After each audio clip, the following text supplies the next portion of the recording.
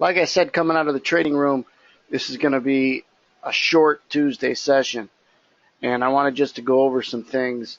Again, I run these sessions as if we worked in an office together and only a select group of people get to come to these meetings, right? And we only have them once a week, but that's probably one more than any other educational program out there for traders. And it's to keep circling back and not just to work on different technique and introduce concept and exercises, but then keeping everybody apprised of what's going on because things are constantly changing. So the title of this is What to Watch For.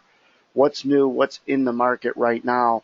And we had one yesterday coming in to today, and that's Saudi Arabia and Iran and the newfound geopolitical tensions in that region of the world, which creates high oil prices and generally softer equity prices.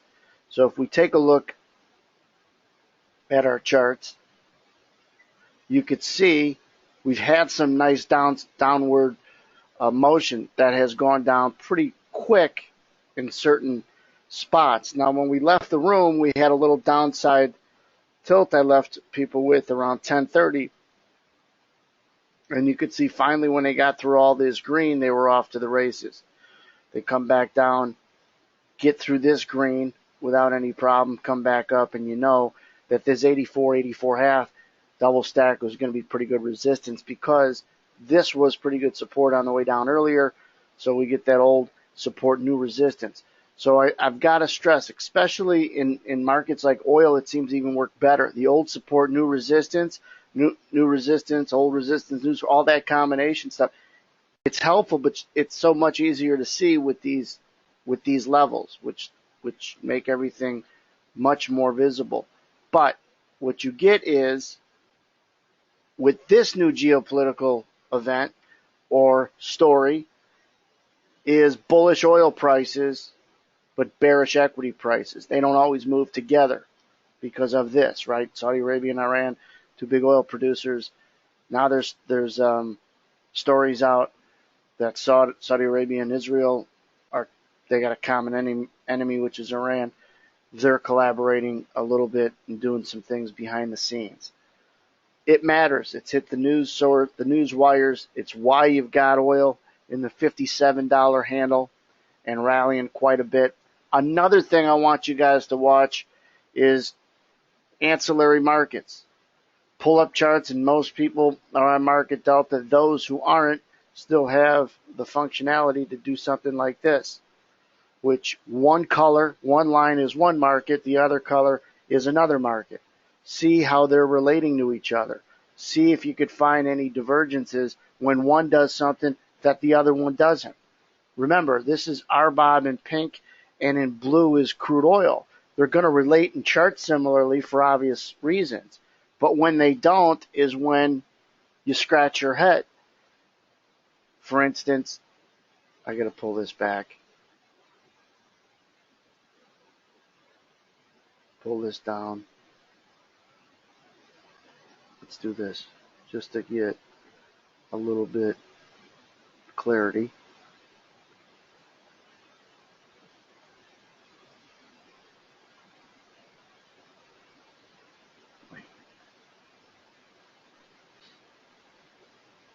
So what's neat is like RBOB prices are on the left-hand pane, and on the right-hand pane is crude oil.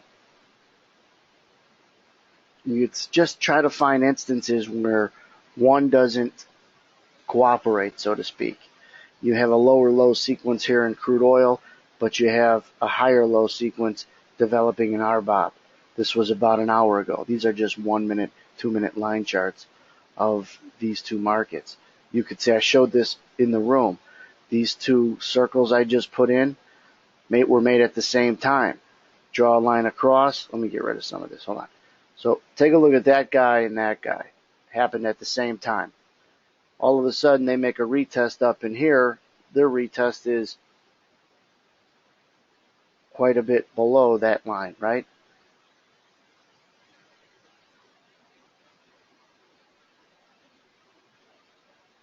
This wasn't the one I showed. No, it was over here. Oh, this is what it was.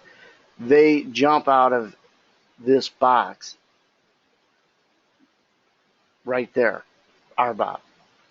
But they can't get out of the box. They can't rally above it here in crude oil. Divergence sent the market lower. Then you look at just sequences that pop out. These aren't, let me put it underneath each other so you can see it.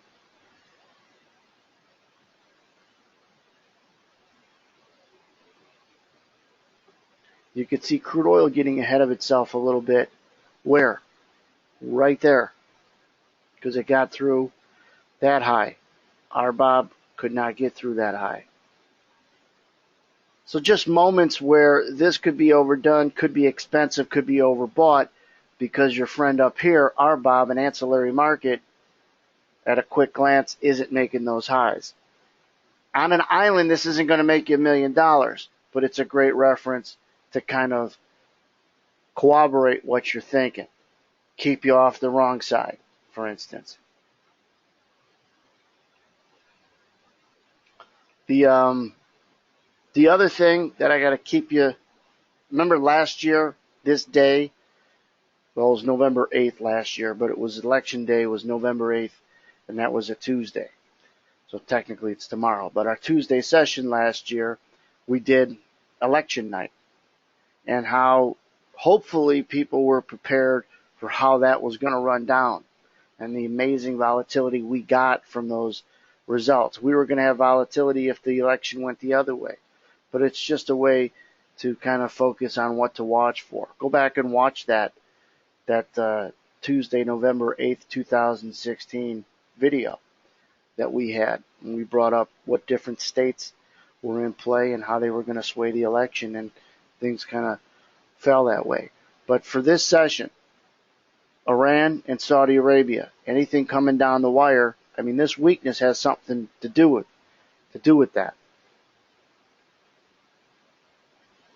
I mean, we've kind of taken this market, this is crude oil, lower, and they continue to hit this thing pretty decently. When you think that yesterday we closed at 88.5, in the overnight session we went up all-time highs 93.5. We tested them after the regular session started, and now we fall off and there's some failure. Even though crude oil isn't weak, it's because of this geopolitical event. Also, you have North Korea, hasn't said anything, hasn't done anything provocative for a few weeks now, a couple months, but they possibly can. This is, though, new, and that's why I got to mention it. This is a new geopolitical event that wasn't on our radar, wasn't on the world's radar up until really the last 24 hours. It is affecting the market, both crude oil on the energy side and equities. This is almost going to be a reprice session, and they're going to blame it on what they should blame it on. If they blame it on this whole Iran, if I said Iraq, I meant Iran, Saudi Arabia conflict. Look at the bond market. What are they doing? They're on their highs. Anytime you kind of get a fear-induced story, the upside is the right side. Here's the 30-year bond on just a 6 rotational PNF. Up and away. Take a look at the Japanese yen.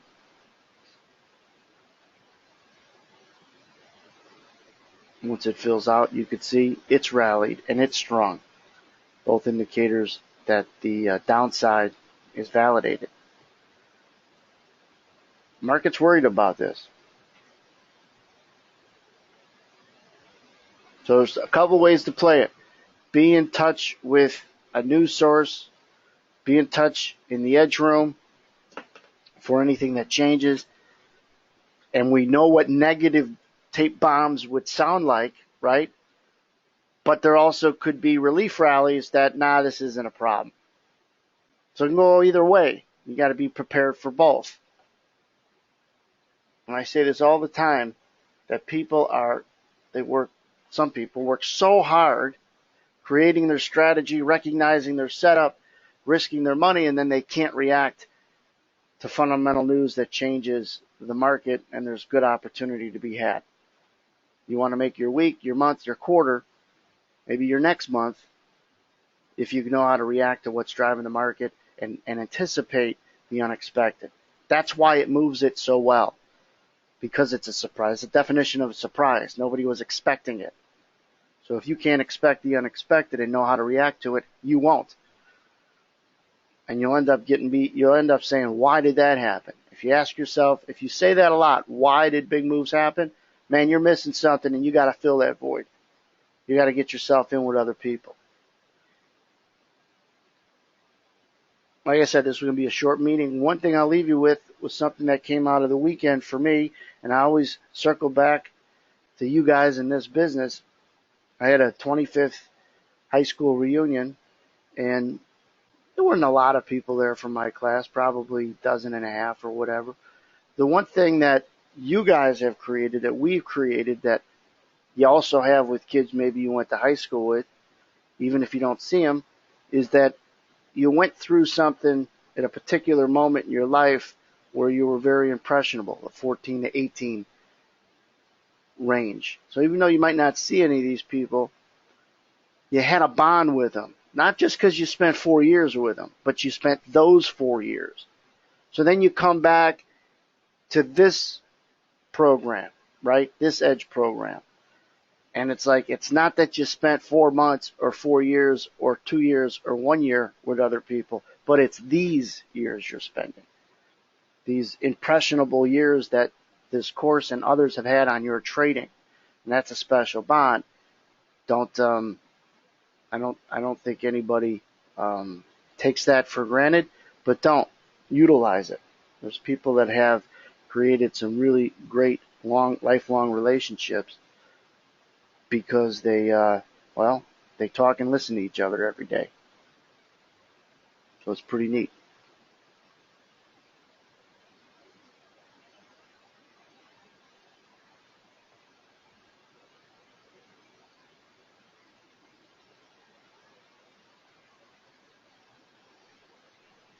But that's all I got for you for this week.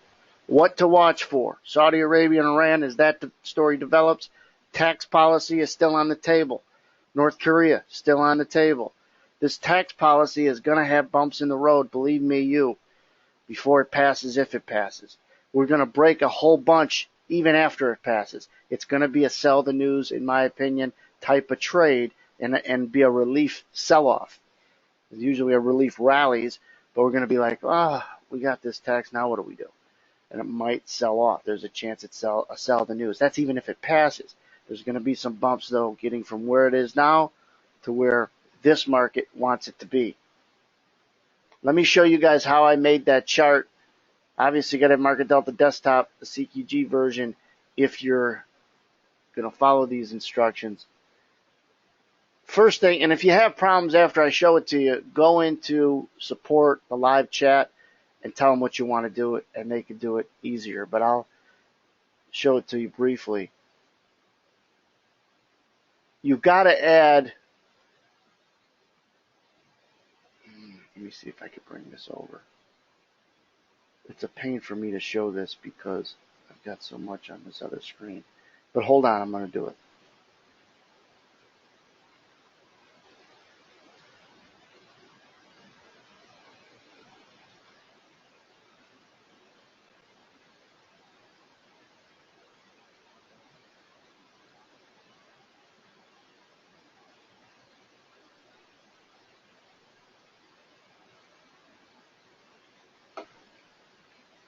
So those that want to know, when you click on a chart, you have to get where you could add another product, because if you just change the symbol, it'll just replace what you have.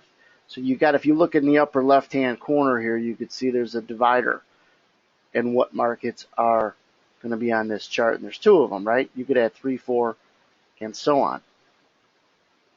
Uh-oh, everything's flickering. Give me a second. So once you're clicked on a chart that you want to do this on,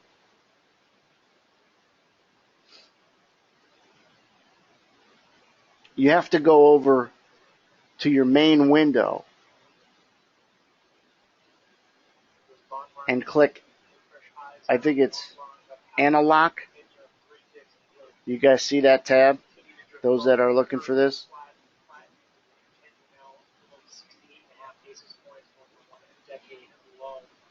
If you don't see it, you got to right click on the left side and this window will come up.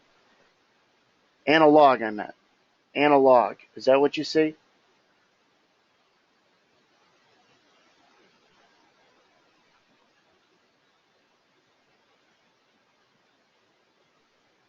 Do you see it, Mike? If you don't have it, you got to click on the left side and this window comes up, and I believe it's chart control.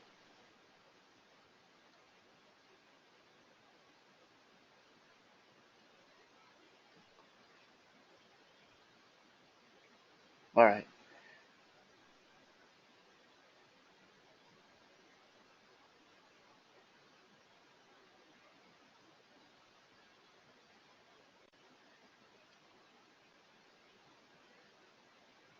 Here it is.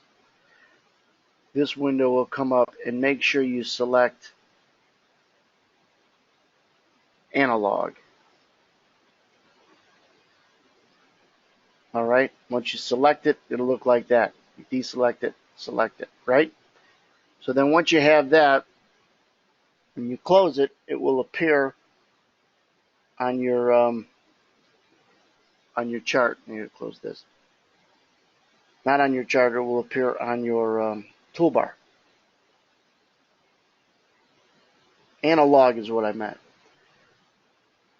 So then when you're on a chart and you want to add a market, make sure your chart's highlighted, click analog, and then it'll add another market.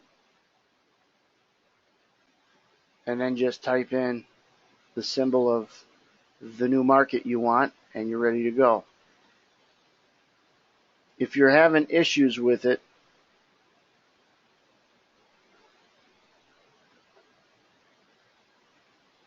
call your local support chat person.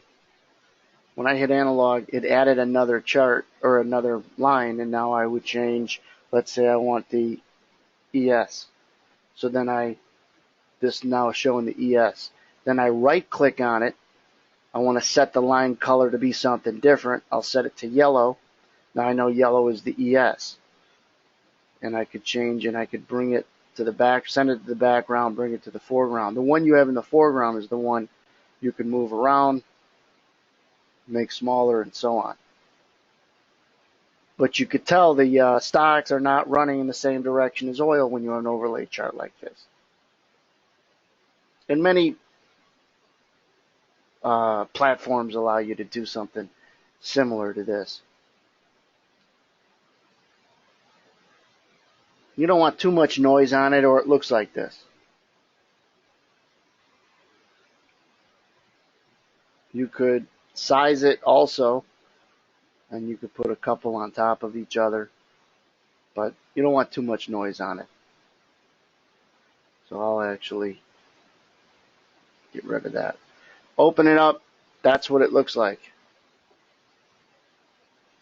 It's just another way to efficiently look at ancillary markets and how they're working together